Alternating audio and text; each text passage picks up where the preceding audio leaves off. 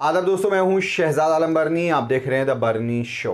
आज हम अपने शो में जो मुद्दा लेकर के आए वो मुद्दा है पूर्व केंद्रीय मंत्री स्मृति ईरानी के राजनीतिक करियर से जुड़ा हुआ।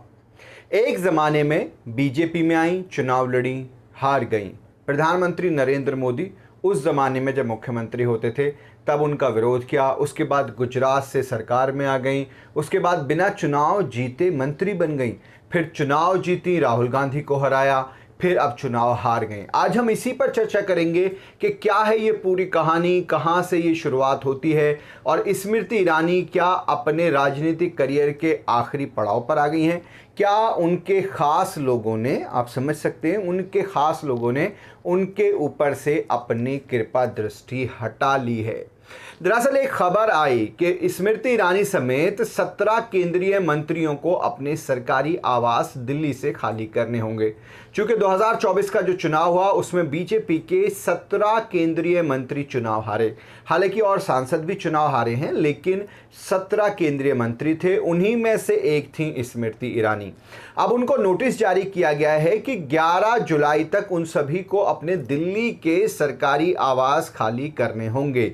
और उसके पीछे की वजह है वो नियम, क्योंकि नए सांसद आ जाते हैं, पुरानों को की जगह पर नयों को वो घर अलॉट कर दिए जाते हैं। 1 महीने का समय दिया जाता है नियम के मुताबिक कि यदि जब भी लोकसभा भंग होती है उस तारीख से लेकर के 1 महीने का समय दिया जाता है। जैसे कि 5 तारीख को ये लोकसभा भंग हुई थी।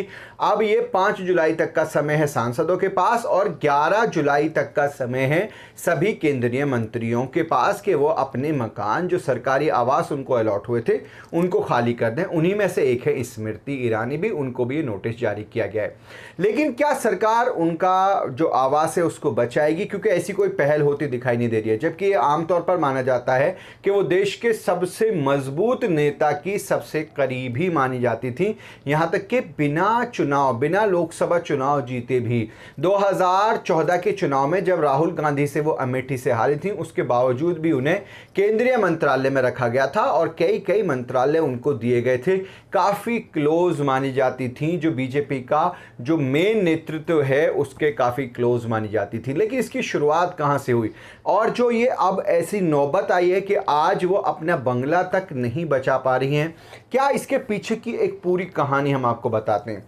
दरअसल स्मृति ईरानी बीजेपी से शुरू से जुड़ी रहीं और 2004 में जब अटल बिहारी वाजपेयी की सरकार का चुनाव था, 2004 में वो चुनाव लड़ी थी दिल्ली की चांदनी चौक लोकसभा सीट से। लेकिन कपिल सिब्बल ने उन्हें वहां से चुनाव हरा दिया था, क्योंकि चांदनी चौक की जो लोकसभा है वहां पर अच्छी खासी तादाद में अल्पसंख्यक समुदाय के लोग भी वहां पर रहते हैं। उसके बाद स्मृति ईरानी ने तत्कालीन मुख्यमंत्री, जो गुजरात के प्रधानमंत्री, आज के जो मौजूदा प्रधानमंत्री नरेंद्र मोदी हैं, उस समय वो गुजरात के मुख्यमंत्री हुआ करते थे।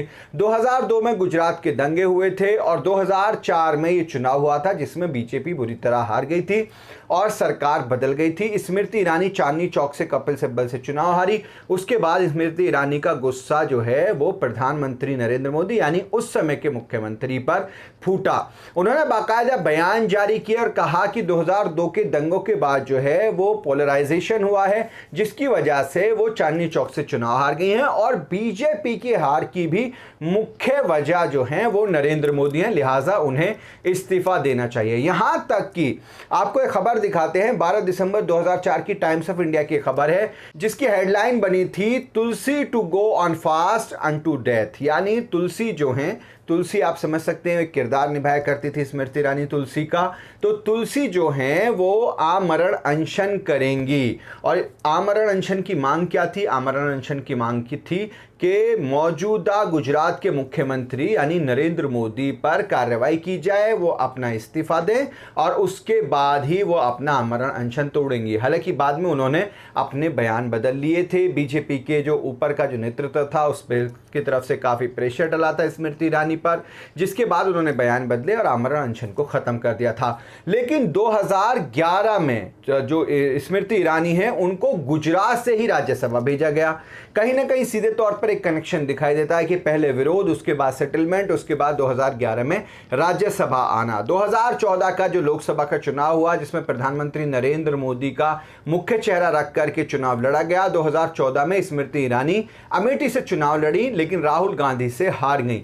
उसके बावजूद भी उन्हें राज्यसभा में रखा गया और राज्यसभा से ही उनको केंद्रीय मंत्री भी बनाया गया। 2019 के चुनाव आते आते और माहौल बदला। 2019 में स्मृति ईरानी ने अमेठी से राहुल गांधी को हरा दिया, फिर लगातार उनको मंत्रालय मिलते रहे। लेकिन 2024 के चुनाव में स्मृति ईरानी चुनाव हार गई। अमेठी से किशोरी लाल शर्मा ने उन्हें चुनाव हरा दिया। अब वो चुनाव हार चुकी हैं और अब उनका बंगला खाली होने का नंबर आ रहा है। सवाल ये उठता है कि मोदी के विरोधी से ये कहानी शुरू हुई थी और धीरे धीरे बीजेपी का मुख्य चेहरा बनी। प्रधानमंत्री नरेंद्र मोदी के काफ़ी खास मानी जाती थी, लेकिन अब चुनाव हार गई। अब अपना बंगला भी बचाना उनको भारी पड़ रहा है। ऐसे में देखना ये होगा कि क्या ये कहानी 2004 पर पहुंच जाएगी जब स्मृति ईरानी तत्कालीन मुख्यमंत्री नरेंद्र मोदी का विरोध करती थी। क्या अब उन्हें कोई समर्थन नहीं मिलेगा क्योंकि वो चुनाव हार करके लोकसभा से बाहर हो चुकी हैं। राज्यसभा की सदस्यता उनको मिलनी नहीं है। अभी सीधे तौर पर कहीं से कुछ ऐसा होता दिखाई नहीं दे रहा है। लेकिन इसको बचाने का तरीके भी होते हैं। अगर सरकार चाहे तो कोई बड़ा पद दे करके उनके बंगले को बचा सकती है। लेकिन क्या नरेंद्र मोदी स्मृति ईरानी के बंगले को बचाएंगे या उनके जो और करीबी लोग हैं क्या उनका साथ देंगे? ये अहम सवाल है। आप इस पूरे मामले को किस तरह से देखते हैं, अपनी राय ज़रूर बताएं। वीडियो के नीचे कमेंट बॉक्स है, उस कमेंट बॉक्स में जाएं, जाकर के अपनी राय हमें ज़रूर बताएं। आज के इस एपिसोड में इतना ही। बहुत बहुत शुक्रिया।